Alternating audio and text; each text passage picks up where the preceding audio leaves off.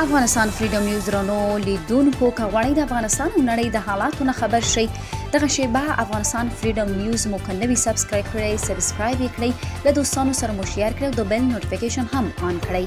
خبر درکو پاکستان ته د یو ټن انساني ویښتانو د قاچاق مخه ونیول شو.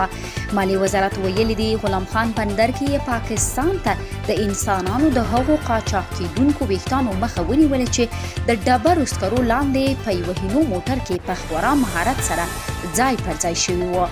مالی وزارت په یوه خبره پاڼه کې ویلي دی چې په غلام خان بندر کې پاکستان ته د صادریدونکو محمولو د چک او کنټرول په مهال یو ټن انساني قاچاق کیدونکو ویښتان نیولي دي چې په یوه هینو موټر کې تر ډبرو او سکرو لاندې ځای په ځای شوي وو. مالیې وزارت ویلي د اسلامي امارات مشرتابه لا وړاندې د انسانانو د ویښتانو صادرات او واردات غیر قانوني او منع بللي دي.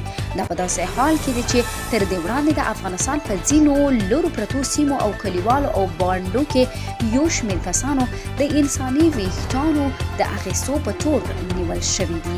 څرګنده نه ده چې له انساني ویښتانو د څه ګټه اخیستل کیږي او په څه کې کارول کیږي.